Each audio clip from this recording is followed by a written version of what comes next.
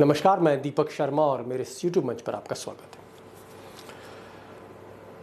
दोस्तों, पिछले 70-75 वर्षों में कुछ लम्हे हिंदुस्तान के लिए, हमारे मुल्क के लिए ऐसे आए जहां हमें थोड़ी बहुत रुसवाई का सामना करना पड़ा। हार के भी कुछ लम्हे थे। मैं उन तारीखों में नहीं जाना चाहता, लेकिन बीते कुछ दिनों में जिस तरह की रुसवाई, जिस तरह की बदनामी और जिस तरह से शर्म से हमारा सर झुक रहा है, एक नहीं, दो नहीं, दर्जनों मुल्कों में, आप कह सकते हैं 2/3 मुल्कों में, क्योंकि ये जो मोहम्मद साहब को लेकर जिस तरह के विवाद शुरू हुए, ये अब अमेरिका तक पहुंच गए हैं। और जितने इस्लामिक कंट्रीज हैं जो हमारे मित्र थे, दोस्त थे सदियों से, वो भी नाराजगी जाहिर कर रहे हैं। सवाल मेरा ये है कि ये जो रुसवाई है, ये जो बदनामी है हिंदुस्तान की, क्या इसको रोका जा सकता था? और जवाब है, रोका जा सकता था, रोका जा सकता था। अब ये जो शो था, ये टाइम्स नाउ में था, और टाइम्स नाउ देश के सबसे पुराने, देश के सबसे बड़े अखबार टाइम्स ऑफ इंडिया का चैनल है। और इस चैनल की जो सर्वे सर्वा है, या मालिक विनीत जैन के जो सबसे करीब है, वो ये मोहतरमा है, नविका कुमार। और यही उस शो की एंकर थी। अब दोस्तों, यही वो शो है जिसने आज दुनिया भर में भारत को, हमारे मुल्क को, हम सबको शर्मसार किया है।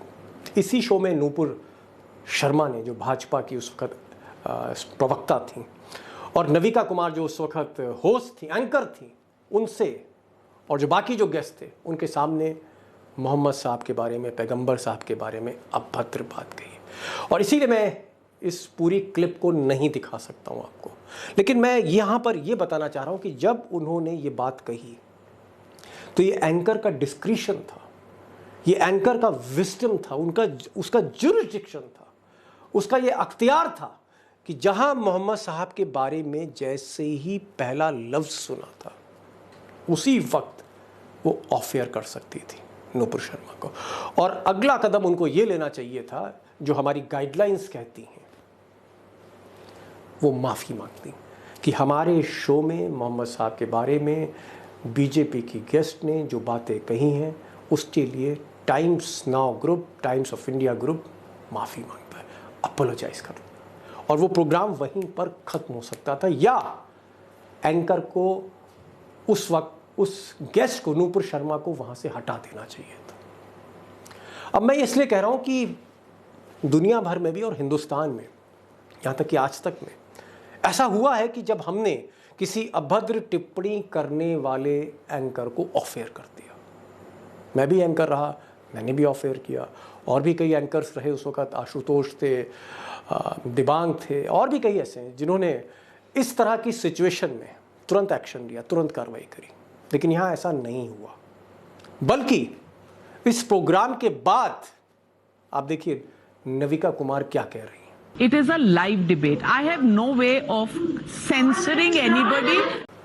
अब नविका कुमार जो प्रधानमंत्री के बहुत क्लोज हैं, अनुराग ठाकुर जो आईएनबी मिनिस्टर हैं, उनके बहुत क्लोज हैं, जो मालिक हैं टाइम्स ग्रुप के विनीत जैन, उनके बहुत क्लोज हैं, वो ये कह रही हैं, जिस पर मुझे यकीन नहीं हो रहा, वो ये कह रही हैं कि जब लाइव शो होता है उस वक़्त हमारे पास देयर इज़ नो वे, हमारे पास ऐसा कोई तौर तरीका नहीं है कि अगर कोई गेस्ट कुछ बोल गया तो हम उसमें कुछ हस्तक्षेप कर पाए, हमको दखल कर पाए।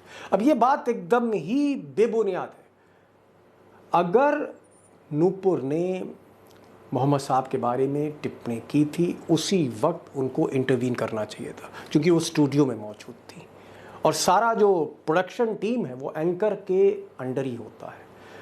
और अगर वो चाहती तुरंत ऑफ एयर कर सकती थी, तुरंत कहती कि आप माफ़ी मांगिए, आप अपोलोजाइज करिए, और ये माफ़ी एंकर को भी मांगनी चाहिए थी, क्योंकि एंकर ही होस्ट है, और होस्ट की भी जिम्मेदारी उतनी है जितनी जिम्मेदारी बाकी गेस्ट की है जिन्होंने अनाप शनाप बोला है। लेकिन यहाँ पर उन्होंने कहा कि नहीं, ये तो लाइव शो है, लाइव शो में हम कुछ कर नहीं सकते। ऐसे कई लाइव शो हुए जिसमें ऑफ एयर किया गया है, जिसमें कुर्सी छोड़ के गेस्ट को विदा कराया गया है। अब आप एक चीज़ सोचिए कि अगर रवीश कुमार होते या पुण्य प्रसून वाजपेयी होते या कोई और एंकर होता, विनोद दुआ जैसे एंकर होते, क्या हिम्मत थी नूपुर की उस प्रोग्राम को कंटिन्यू करने की? क्या विनोद दुआ या यूँ कहें कि पुण्य प्रसून वाजपेयी इंटरवीन ना करते? क्या वो ऑफ एयर ना करते?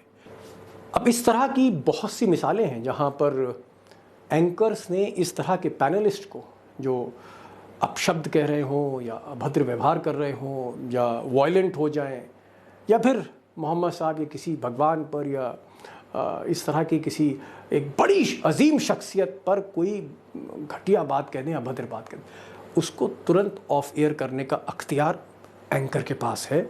और हिंदुस्तान में, दुनिया की बात ही नहीं कर रहा, हिंदुस्तान में न्यूज़ चैनल्स में से बहुत सी मिसालें हैं जहां इस तरह के पैनलिस्ट को कुछ गलत बोलने पर ऑफ एयर किया है चैनल ने। और ऑफ एयर ही नहीं किया है, माफ़ी भी मांगी है दर्शकों से जो उस वक्त प्रोग्राम देख रहे थे। लेकिन ऐसा कुछ भी टाइम्स नाउ ने नहीं किया। अब दोस्तों एक और गंभीर बात कि ये जो टाइम्स नाउ पे प्रोग्राम हुआ और उसके बाद उसकी प्रतिक्रिया होते होते काफ़ी वक्त लग गया, जब तक वो बात धीरे धीरे धीरे खाड़ी देशों तक गई, दूसरे मुल्कों तक गई। उसके बाद दबाव आना शुरू हुआ सरकार पर रविवार संडे तक, और उसके बाद एक्शन शुरू हुआ। इस बीच नूपुर शर्मा और भी चैनल्स पे जाती गई, सिर्फ नविका कुमार तक की बात सीमित नहीं थी, बल्कि और भी चैनल जो गोदी मीडिया के थे वहाँ पर उनका वही लहजा, वही टोन, वही लफ्ज़ सुने गए। और मैं नहीं चाहता हूँ कि उन बातों को फिर से दोहराऊं, लेकिन आप एक झलक देख सकते हैं।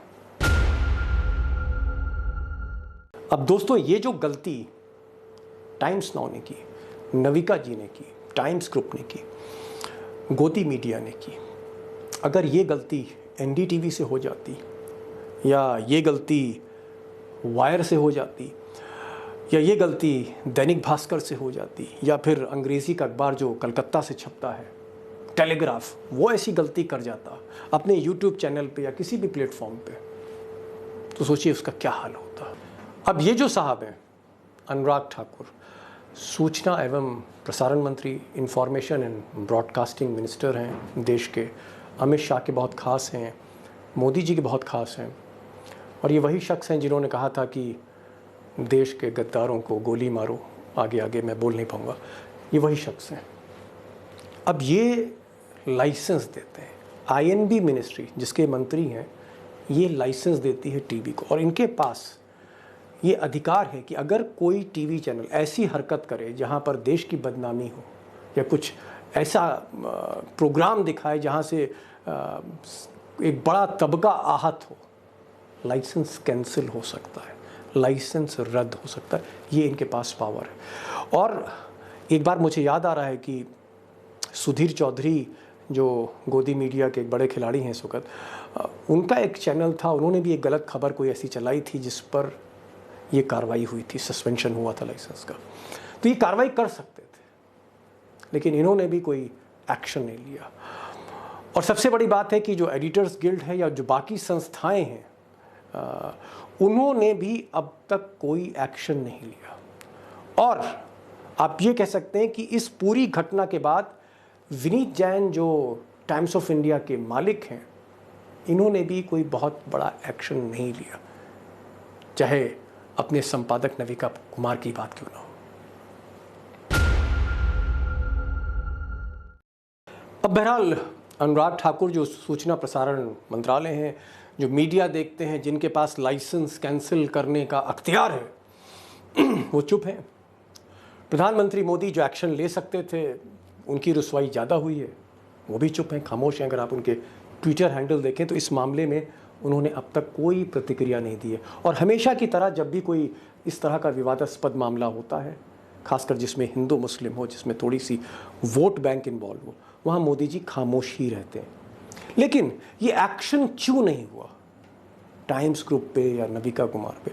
मुझे लगता है कि मैं कुछ बोलूं, आप कुछ तस्वीरें देखिए और इन तस्वीरों से आपको साफ पता लग जाएगा, जाहिर हो जाएगा कि आखिर अनुराग ठाकुर और प्रधानमंत्री मोदी टाइम्स नाउ की इस कारगुजारी पर आंख क्यों बंद कर ली है और इतनी बदनामी क्यों मोल ले रहे हैं।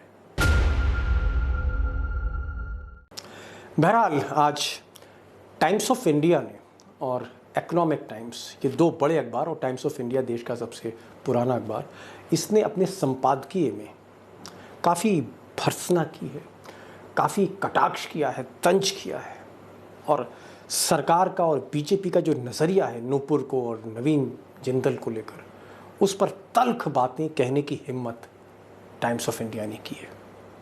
लेकिन विरोधाभास देखिए, विरोधाभास ये है कि यही टाइम्स ऑफ इंडिया, इसके मालिक विनीत जैन हैं और इसी टाइम्स ऑफ इंडिया अखबार का चैनल टाइम्स नाउ है, जहाँ नविका जी संपादक हैं।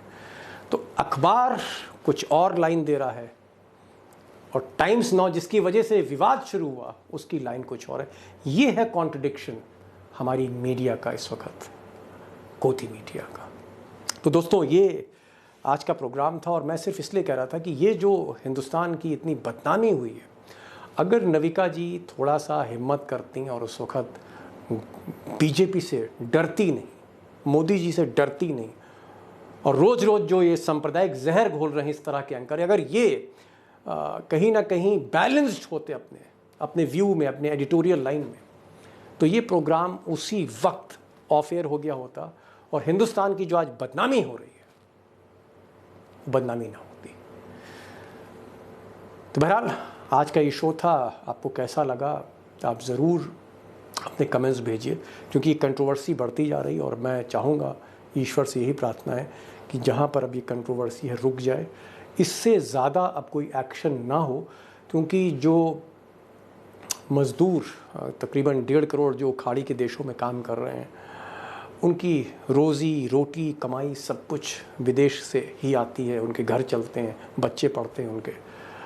अगर कोई एक्शन हो गया तो हो सकता है कि वहाँ से मज़दूर डिपोर्ट हो सकते हैं।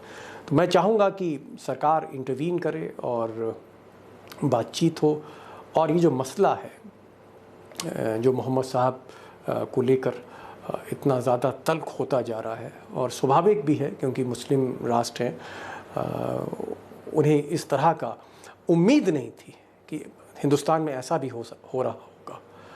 तो बहरहाल अगर ये मामला निपटता है तो जो लोग खाड़ी देशों में काम कर रहे हैं उनके और उनके परिवार के लिए मुझे लगता है कि हमें दुआ करनी चाहिए कि मामला अब शांत हो जाए। तो आज बस इतना ही। आपके सजेशंस का मैं ज़रूर इंतज़ार करूँगा और एक नए वीडियो के साथ मैं हाज़िर हूँगा जल्दी। नमस्कार।